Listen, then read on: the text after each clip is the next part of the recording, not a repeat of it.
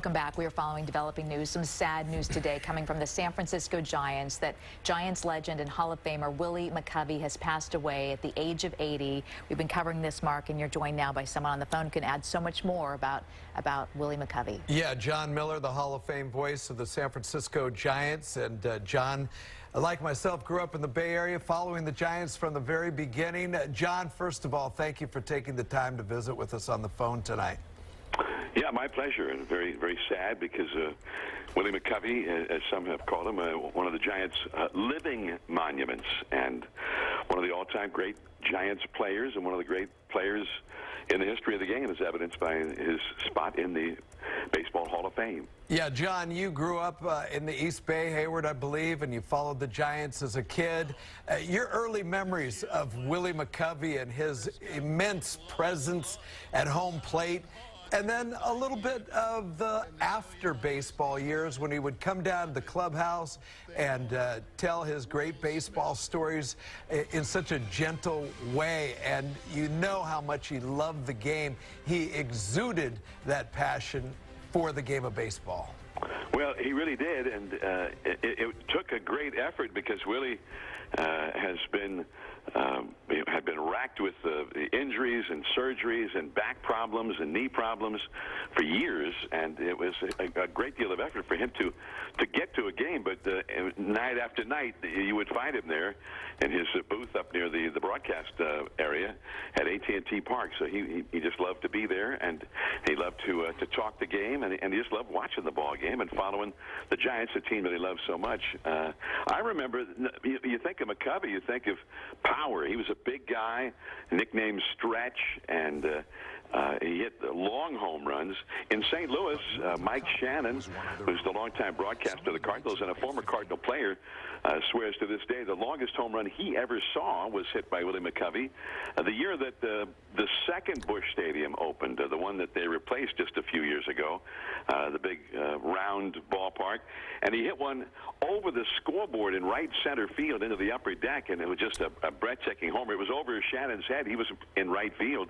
And what people kind of forget, because that home run still gets talked about to this day in St. Louis, but earlier in that same game, they had the shift on from McCovey. You know, and we think of the shift as being sort of a modern idea, but teams did that routinely. When McCovey would come up, they'd put three infielders, or sometimes even more, on the right side of the infield from McCovey.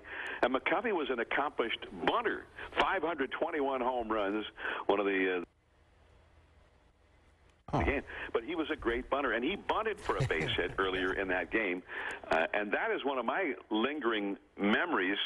When I saw McCovey lay down a bunt at Candlestick Park, Willie Mays would 2 down in an inning, in the first inning of a game, nothing score, got on first base, and McCovey, with the shift on, bunted down the third base side, and Mays scored from first base on the bunt. On a bunt. And really? McCovey ended up getting a double on it. Yeah. That was one of the most exciting bunts I've ever seen to this day. Yeah, he would no doubt have hit the water numerous times at AT&T. That's one of the things I regret never seeing Willie get an opportunity to do that. But, you know, as far as Willie as a person, we all know he's a Hall of Fame ball player. He obviously, in 1969, most valuable player, just one of the most dominant performances by an individual ever. And, you know, you talk about Barry Bonds getting walked a lot. Wow, Willie McCovey. But talk about how he came to San Francisco, and he was really San Francisco's first true baseball hero, because he had no association really with New York. He was adapted from that first day that he went 4 for 4 against Robin Robbins in his first Major League game and Rookie of the Year. His Major League debut, 2 doubles and 2 triples, I think it was. How could you remember that? Yeah, and he ended up, you know, he only played about half a year, maybe even less than half the year. Right. But he was so spectacular that he ended up winning the Rookie of the Year. It just wasn't close with anybody else. And the funny thing was, you know, you saw that his career trajectory was set right away in that very first game, in that first season. But it was not always easy for McCovey. He was a first baseman, and the Giants had Orlando Cepeda, who had broken in the year before, and he was a great player, also in the Hall of Fame. And so they had two guys who played the same position, and McCovey was better in the outfield than Cepeda, so often to get them both in the lineup, McCovey would play left field, and people forget this. One of the great thrills for me always coming to the Giants was that before ball games, there would be Mays and McCovey, Cepeda, sometimes Marichal, Gaylord. They'd be down in Mike Murphy's office at the ballpark, and I'd go in there just to hear some stories. And we talked about the day that Juan Marichal pitched a no-hitter. He was the first guy to pitch a no-hitter in San Francisco Giants history at Candlestick.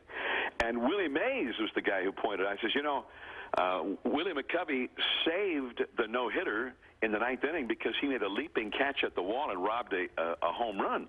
And he said that nobody else on the ball club was tall enough to have gotten to that ball. Only McCovey, who was, what, 6'4", 6'5", would have been able to be tall enough to get to it. So, and Mays also said that he had a great arm from the outfield. So people don't, I think, remember just how great an all-round player that Willie McCovey was, and who could literally just do it all. John, I'm just curious before we let you go, just if you had to think up and sum up two words that really define Willie McCovey, what would they be? I think it was. Long ball.